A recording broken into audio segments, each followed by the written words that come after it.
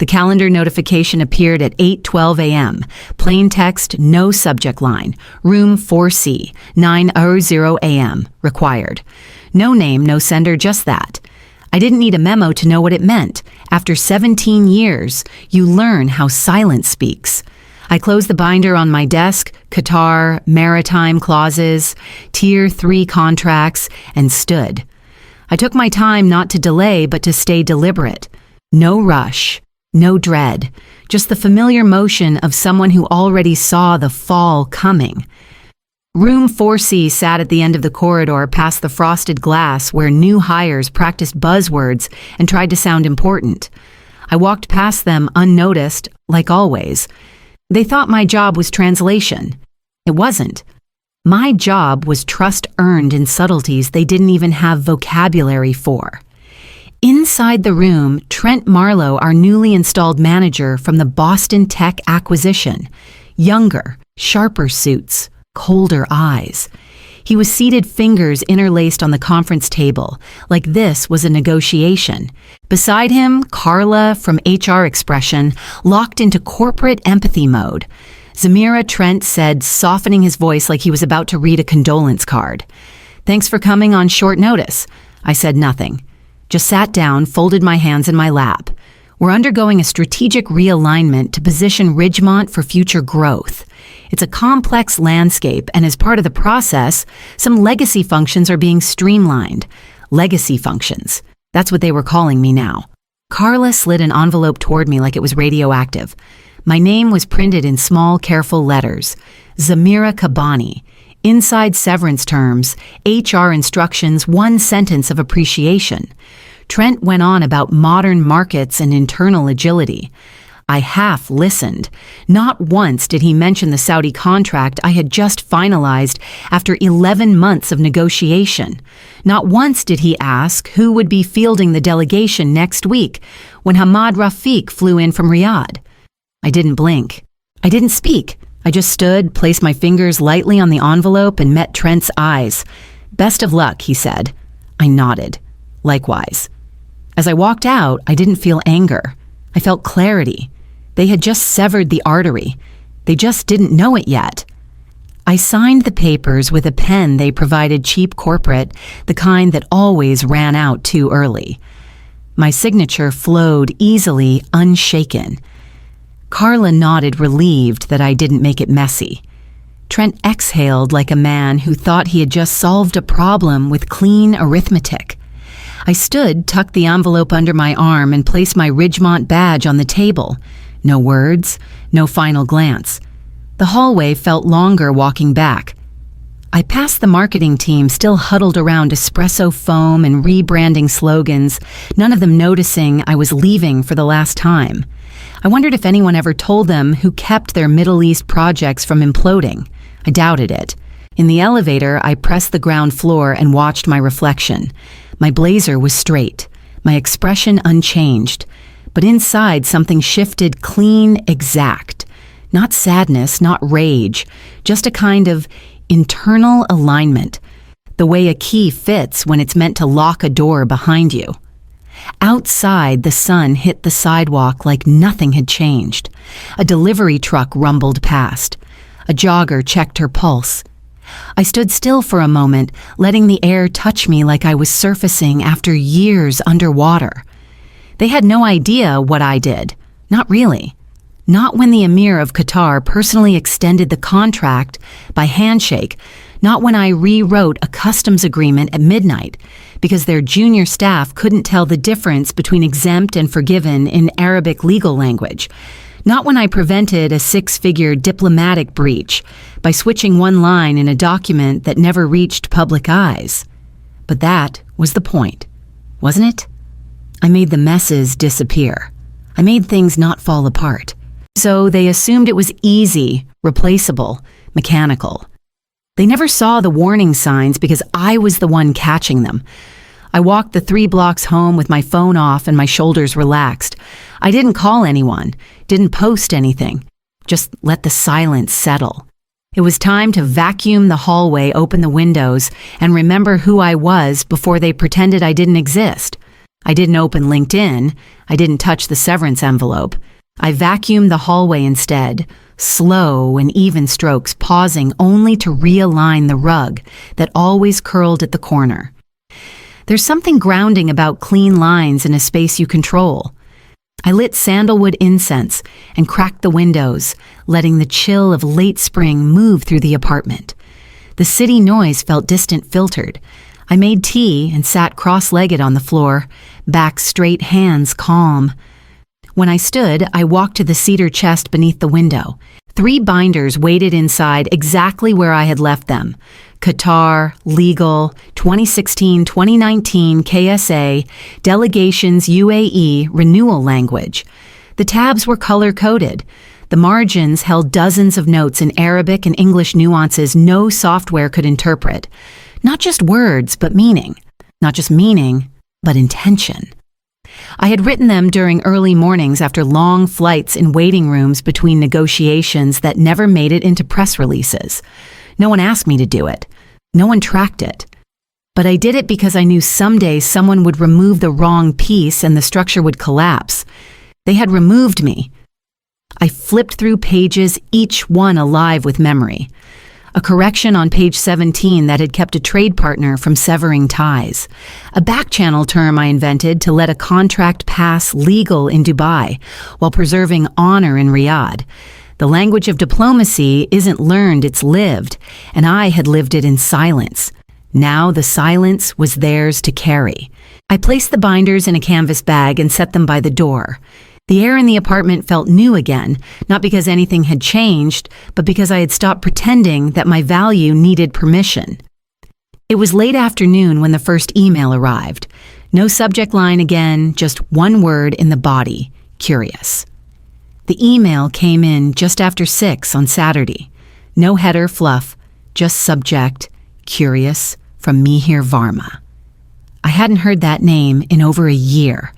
We met at a conference in Boston, Ethics in AI, one of those panels where everyone talks algorithms but avoids accountability. He was different, thoughtful, asked questions that weren't rehearsed. When we spoke, he called me the only person in the room asking the right questions. His message was short. Heard what happened. I'm building something cleaner. Want in, I didn't hesitate. I replied with one line, I'm listening. We set a call for Sunday afternoon. No calendar link, no assistant, just a number and a time. When Mihir picked up, there was no small talk. Let's say he began, you had a clean slate, no titles, no baggage. How would you rebuild trust between global clients and American firms from scratch? I answered like I'd been waiting for that question my entire career. You start by listening before you speak. You document everything publicly, transparently, but with cultural memory. You match language to intent, not just legality. And you never assume your client sees time status or silence the same way you do. He didn't interrupt. He didn't rephrase what I said for clarity. He just let it sit. We spoke for 45 minutes. Not about KPIs, not about optics, about what actually works on the ground in boardrooms where context matters more than data. I told him how a single misplaced idiom nearly cost a $6 million deal in Jeddah, and how I saved it with a 2-sentence fax that didn't use the word sorry, but meant it where it counted. I need that kind of clarity, he said. We agreed to talk again Monday after he looped in his co-founder. I closed my laptop and poured the last of the tea. Outside, the city lights flickered on one by one, but my mind was already somewhere else, drawing lines between broken systems and what could rise from them. Inside my hallway, the canvas bag still waited by the door, heavier now, but not with the past, with plans. They didn't announce it. No email, no Slack message, no department update. As far as the wider team knew, I was still working late, still fine-tuning contract language with our Gulf partners. No one asked why my office light stayed off. No one asked who was handling Monday's high-stakes delegation, and I didn't correct them. Trent must have assumed silence meant stability. The final prep for the Emirates visit was already underway. The office florist rushed in an arrangement of white orchids, culturally neutral, someone said. The catering team reviewed serving protocols for Arabic coffee. Even the Ridgemont logo had been quietly replaced on the welcome screen with a stylized crescent moon motif. Gesture over substance. Carla booked a calligraphy artist to create hand-lettered name cards. Trent skimmed a pronunciation sheet he didn't understand, nodded solemnly, and passed the responsibility to Lyle. Lyle. A junior strategist, barely 2 years out of undergrad, enthusiastic but in way over his head. He spent half of Friday afternoon practicing Arabic greetings in the mirrored stairwell, repeating "Ahlan wa sahlan" like it was part of a school recital. He asked a colleague if he should bow. No one, not once, asked where I was. They rehearsed slides with flowcharts and contract projections. They loaded glossy folders into a mahogany display stand. Someone adjusted the lighting. Someone else checked the temperature. They even argued over which side of the room the Emirati delegation should enter from for photo balance. All details, all surface. Trent stood at the front of the boardroom in a new navy suit, timing transitions on the deck. He added a strategic partnership slide, the kind with dotted lines, icons, and no meaning. When someone asked about the interpretation sequence for Q&A, he just said, "Handled." But nothing was handled. The interpreter they booked wasn't vetted.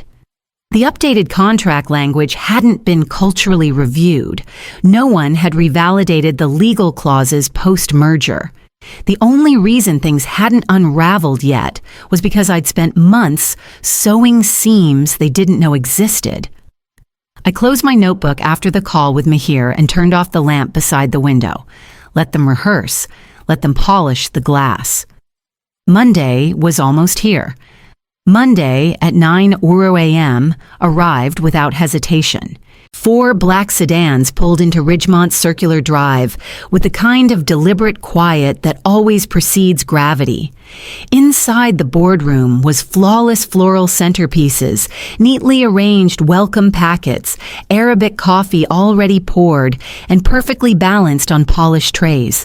Trent stood off-center at the head of the table, arms crossed to appear grounded, though his left foot tapped an uneven rhythm beneath the rug. The doors opened. Hamad Rafiq entered first, wrapped in a charcoal bisht over an ivory thobe posture. Elegant expression, unreadable. He was flanked by 2 advisors and 1 government interpreter. None of them spoke as they stepped inside. They simply scanned the room like men trained to measure consequence in silence. Hamad didn't sit. He walked to the far end of the table, paused behind one of the leather chairs, my chair, and placed both palms lightly on the backrest. Then in perfect English he asked, "Where is Miss Kabani?" The room stilled. Even the projector's low hum seemed to halt. Trent straightened. "She's no longer with us, but I assure you the team is fully prepared to continue." Hamad tilted his head slightly, then turned to his interpreter and said a single sentence in Arabic. I didn't have to hear it to understand. It was the kind of sentence that closes a door without raising a voice. All 4 guests stood in unison. No accusations, no confrontation, just the controlled, irreversible finality of a decision already made. One of the advisors reached across the table and quietly gathered the untouched welcome folders. Another offered a muted nod toward the catering staff who stood frozen at the rear wall. Hamad didn't glance back until he reached the doorway. Then he turned once and spoke not to Trent, but to the room itself. "Trust," he said, "is not a resource you can reassign." And then they left. By the time Trent found his voice again, the sedans were already easing back into traffic, taking with them the quiet collapse of $24 million in contracts. I closed my laptop and started drafting my onboarding framework for Lendrices. The first text came from Tina in legal. Just 3 words. They walked out. I didn't reply. 15 minutes later, someone from finance followed with a cautious ping. "Are you still open to consulting in some capacity?" I muted the thread. By noon, Trent's name appeared on my screen, voicemail notification blinking. I let it go straight through.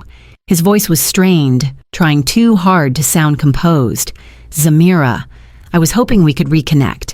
There's Strong interest in your insight. We'd love to open a dialogue. A dialogue, that's what they called it now. The same insight they discarded like overstocked office furniture. The same expertise they never asked about until it disappeared. I closed my inbox and opened a new browser tab, Lendress's internal portal. The onboarding checklist was already half complete. Mihir had assigned me to Project DTX a proposal for Abu Dhabi's digital trade infrastructure. My name was printed directly on the pitch deck. Zamira Kabani, Strategic Cultural Liaison. No filter, no ghostwriting, no senior associate buried 3 layers deep in a fake org chart. Every document was clear, every decision path open. Mihir had looped me into legal threads, dev meetings, and client calls from day one. Not because I demanded visibility, but because he saw value in transparency. I uploaded 3 annotated clauses I had developed years ago for Gulf data compliance.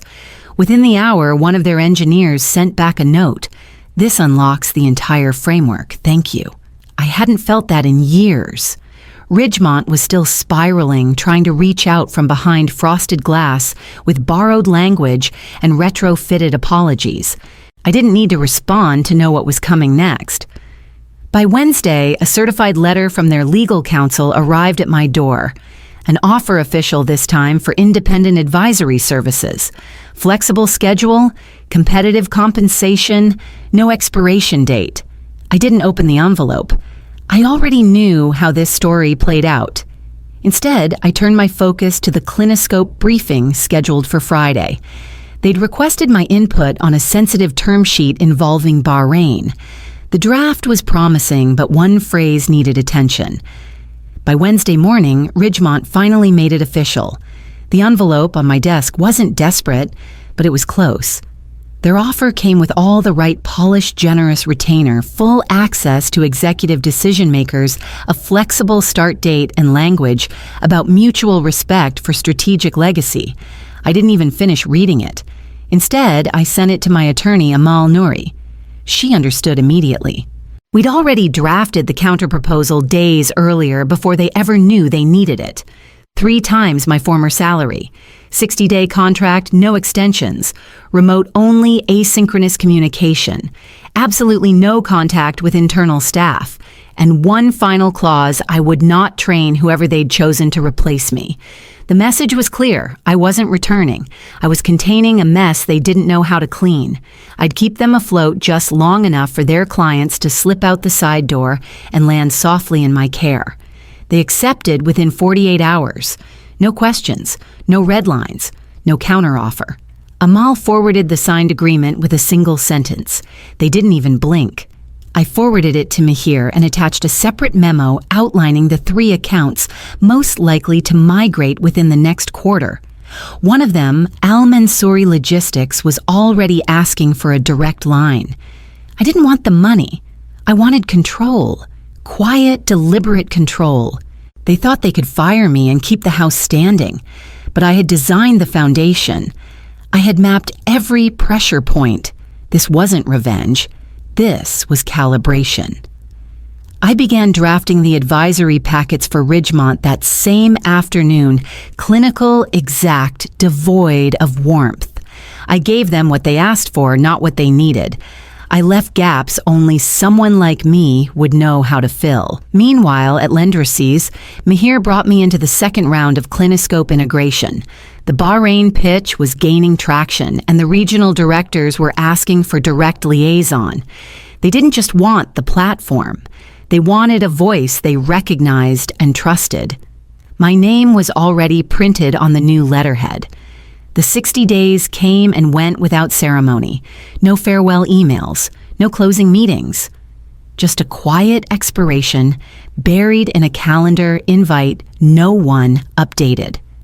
I never stepped foot back in their office, never joined a single call.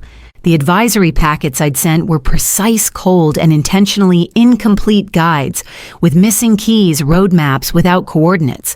Enough to survive, not enough to navigate.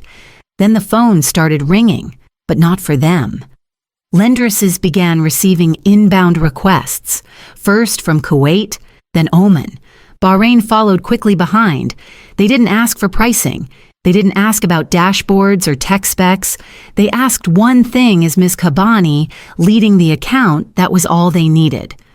One firm, discreet but well-connected, returned a formal proposal with a handwritten note. Proceed only if Ms. Kabani is point of contact. No one at Lindrisis questioned it. Mihir had already made me the face of our Gulf initiatives with my name listed beside every signature line. Not a title, just a presence. One that carried more weight now than any pitch deck Ridgemont ever polished. The message was simple and multiplying. I wasn't a translator. I wasn't a staff name. I was continuity. And when I disappeared from the table, they didn't just lose language, they lost memory. Then Hamad's office reached out. No preamble, no small talk, just a one-line email. Please confirm that Ms. Kabani will lead the next phase of clinoscope expansion. Not a question, a confirmation. I forwarded the message to Mihir. He replied within minutes. Tell them yes, and thank you. I closed the thread, leaned back in my chair, and looked out the window as the sun dropped behind the skyline. There was no satisfaction in their loss, only clarity in what followed. They erased my name, thinking they were clearing space. What they didn't realize was that I was the structure, and now the structure had moved. The last time Ridgemont submitted a proposal for a Middle East project, it came back unread. Ridgemont made one final attempt. They submitted a proposal to a mid-sized development bank in Muscat sleek, branded color-coded down to the headers. 5 slides, no names. Just buzzwords and a company logo stretched across the page like it could carry weight on aesthetics alone. They didn't list a point of contact. They didn't mention me. They assumed they didn't need to. The reply came back within 24 hours. One line. We do not proceed without cultural assurance. That was their way of saying no. Politely, decisively, and permanently. I didn't respond. I didn't gloat. I didn't need to. I never posted about my departure. Never wrote a long thread about injustice or mistreatment. Never leaked internal emails or aired dirty boardroom secrets. I never spoke ill of anyone not out of mercy, but because I didn't need noise to validate truth. Instead, my name began showing up where it mattered on documents, term sheets, partnership proposals, not as a favor, not as a courtesy, as a requirement. Clients from Bahrain to Sharjah began asking up front, is Zamira Kabani involved? Not, can she help? Not, do you know her? Is she on this? If not, we'll pass. I was never just a title on a chart or an employee ID buried 3 layers deep. I was the pause between competing interests, the word left unspoken that kept negotiations from folding, the voice they remembered when every other firm looked the same. Ridgemont thought they could replace that, reassign it, tuck it into a new job description with a younger face and a sharper suit. But trust doesn't transfer. They burned the bridge thinking they were clearing the way for speed, but the bridge wasn't blocking them, it was carrying them. I didn't light the match. I just didn't rush to put it out. Now, when a proposal lands on a desk in Dubai or Abu Dhabi, the first question isn't, what's the price? It's, who's handling the relationship? And more often than not, the answer is my name. Some silences echo longer than any speech ever could.